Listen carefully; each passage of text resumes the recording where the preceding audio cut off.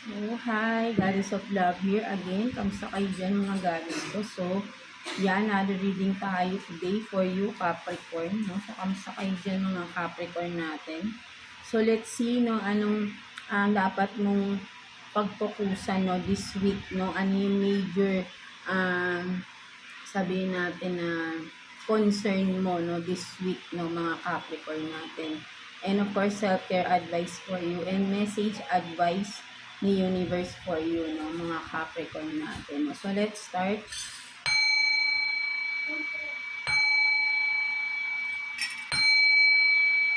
So, yeah, kuha tayo dito ng one card for you, Capricorn, no?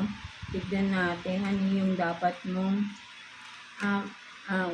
pagpupusan, no, this week, no, mga Capricorn natin. Let's see. Kuha tayo ng one card for you. Wait lang.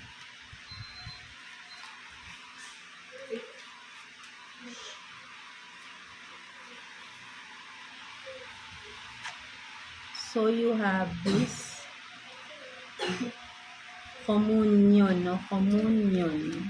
Ayun. Parang nakikita ko rito, wait lang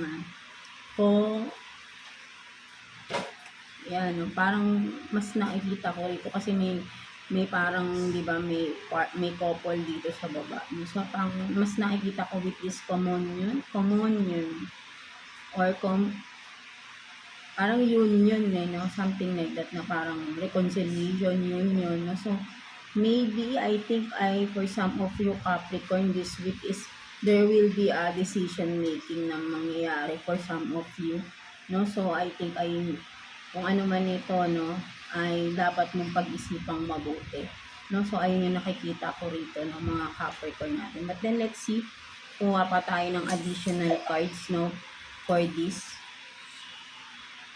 Bakit mo kailangang pag-isipan, no? Ayun yung nakikita ko rito, no? Kasi parang may union na mangyayari or reconciliation, no, for some of you. Kasi may couple dito sa babae. So, kasi di ba pag may reconciliation or union, no, nagkaroon ng separation, of course, no? Or sabi natin, hindi magandang pagkakaunawaan, di ba? So, I think ang nakikita ko rito, major concern mo this week is there will be a decision making, or you should think, no, sabihin natin kung ano yung dapat yung sabihin natin pag-isipan mo mabuti, no? Parang yun yung nakikita ko rito, no? But then, kuha pa tayo ng additional cards for you, no, Capricorn. 2 cards for Capricorn, please, regarding that major concern this coming week. 2 cards for Capricorn. Wait lang. 2 cards for Capricorn.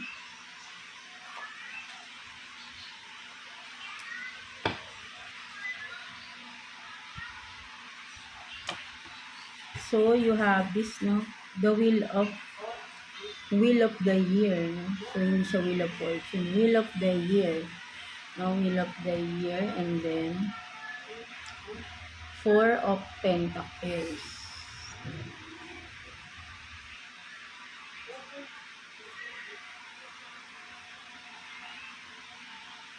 So, I think, no, with this, the wheel of the year and the 4 of Pentacles here, no, Capricorn, talagang, I think, no, kung ano man itong magiging decision mo this week regarding that communion or union, reconciliation, no, ano man ito, no, ikaw, sabihin natin na, kung ano man itong magiging decision mo is, pwedeng magpabago ng buhay mo, or pwedeng magkakaroon ng, with the wheel of, kasi wheel of fortune din to, diba?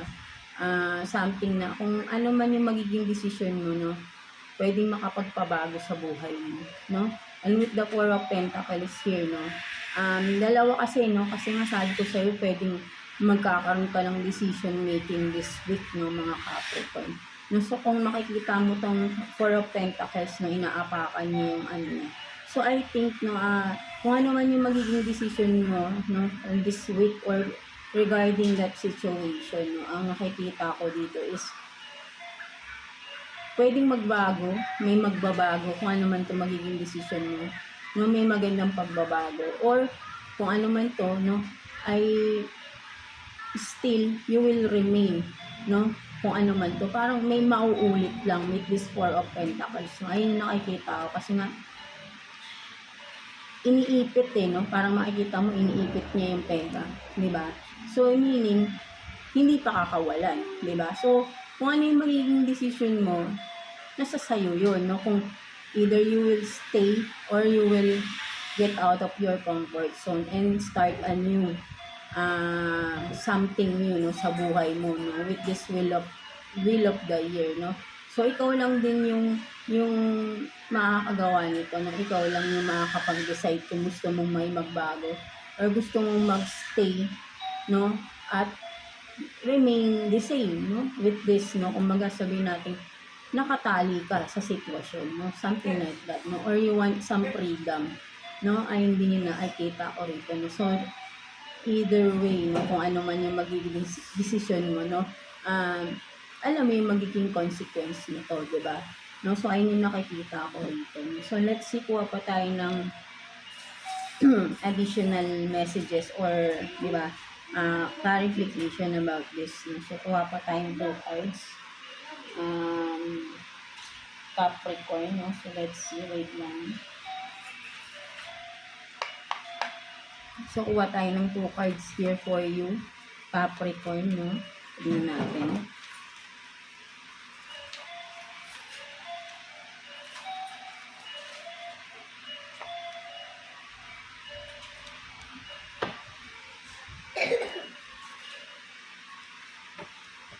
So, you have this, no? Do not regret anything, no? Nakalagay. And then, the die is cast, no? So, di ba? Kung ano yung magiging decision mo nga sinasabi ko sa'yo kanina, di ba? Kasi parang you will, no? Take a risk, no? Kung ano man to, right? No? Kung you will take the risk, no? So, sabi ko nga, whatever decisions, no, with this, the die is cast, di ba, parang susugal ka no, for some of you, no, kung ano man maging decision mo, ang nakikita ko kasi rito, kung either you will stay or get out, sa sitwasyon, no, so parang sugal nga yan, no, sugal yung pagdidesisyon mo, no, so, both sides, no, magte-take risk ka, no, magte-take risk ka kung aalis ka sa sitwasyon or magte-take risk ka ulit na mag-stay, no, and then you will risk your, no, kumbaga isa-sacrifice mo na naman yung sarili mo, no, itatali mo na naman sa sitwasyon. So, sinasabi rito, no, kung ano yung maging decision mo, do not regret anything kasi decision mo yun, diba? So, ayun yung nakikita ko rito. So, sabi ko nga kanina, diba, alam mo yung dapat consequences dun sa magiging decision mo, no, mga Capricorn natin. So, ayun yung nakikita ko rito, no, kung ano yung magiging decision mo, no, huwag kang mag-regret kasi decision mo yun. So, nasa sayo talaga kung ano yung mangyayari, no, kumbaga, parang ikaw yung may hawak, no, ng iyong kapalaran, no, something like that, no. So, ayun yung nakikita ko rito, no. Ikaw yung nasa sayo din yung susi, no? Ayun din yung nakikita ko ito na kung paano ka sabihin natin na kung you want changes, no, sa iyong buhay, alam mo yung dapat yung desisyon, no? Nasa sayo yung susi, no? Para magbukas ng bagong chapter ng buhay, no? Something like that, no? So, ayun yung nakikita ko rito, no, mga Capricorn natin. So, let's see what's the self-care advice for you this week, Capricorn. So, kuha tayo ng 1 card for you, Capricorn, no? 1 card for Capricorn. Self-care advice this week for Capricorn.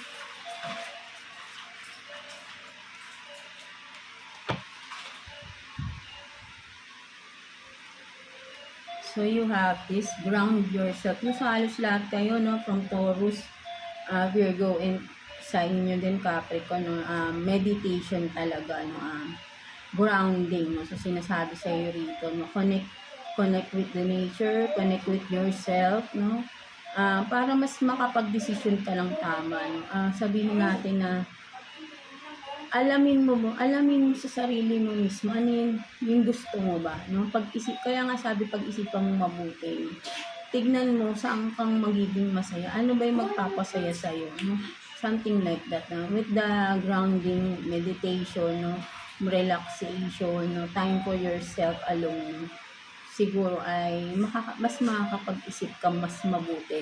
Because I think this is a major concern, yeah, no? Kasi nga parang malaking decision to no? So, kailangan mong pag-isipang mabuti, no? Kasi nga, kung for example, if gusto mo na ng pagbabago, no? Sa iyong buhay, di ba? But you will take the risk, no? Of course, no? Parang natatakot ka because hindi mo alam ano yung kakaharapin mo, no? Kapag umalis ka sa comfort zone mo, no? Something like that, no? So, yun yung nakikita ko dito, no?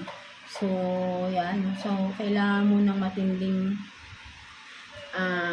self-reflection, no? For some of you. So, yun yung nakikita ko rito, no? Mga Capricorn natin, no? So, yeah, tignan naman natin, no? What's your message advice from the universe, no? So, kuha tayo ng one card for you, Capricorn, no? Self-care, message advice for you, no? The universe for Capricorn is, no? One card for Capricorn. Masapol pa daw tayo for Capricorn. Wait lang.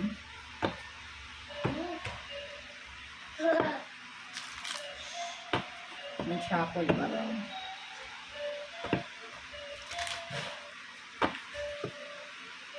So, one card for Capricorn. Message advice from the universe.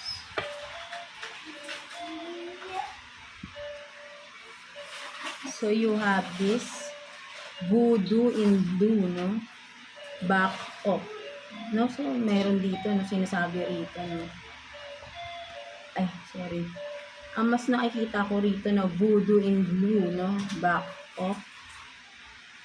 Yan. Sinasabi sa'yo dito ni universe talaga is wag kang maging padalos-dalos dito, no? Sa kung ano man itong time na to. Parang mahalaga to, no? Itong magiging decision mo, no? So, back off, no? Sinasabi sa'yo ni universe to back off, no? And have some time, no? Wag kang magmamadali, no? Kasi nga, this is, I think, a big decision for you, no? Mga Capricorn natin. So, kailangan mo pag-isipan talagang mabuti rito. Huwag kang padalos-dalos with the voodoo, no? Parang sabihin mo ay, parang, di ba? Kasi sabihin natin magic, sa magician, di ba? Instantly, parang hindi yun ganun kadali. Hindi yan parang magic, gusto mo ito yung mangyayari. But then you have to, no? Sabihin, yun nga, pag-isipang mabuti, have some time, no?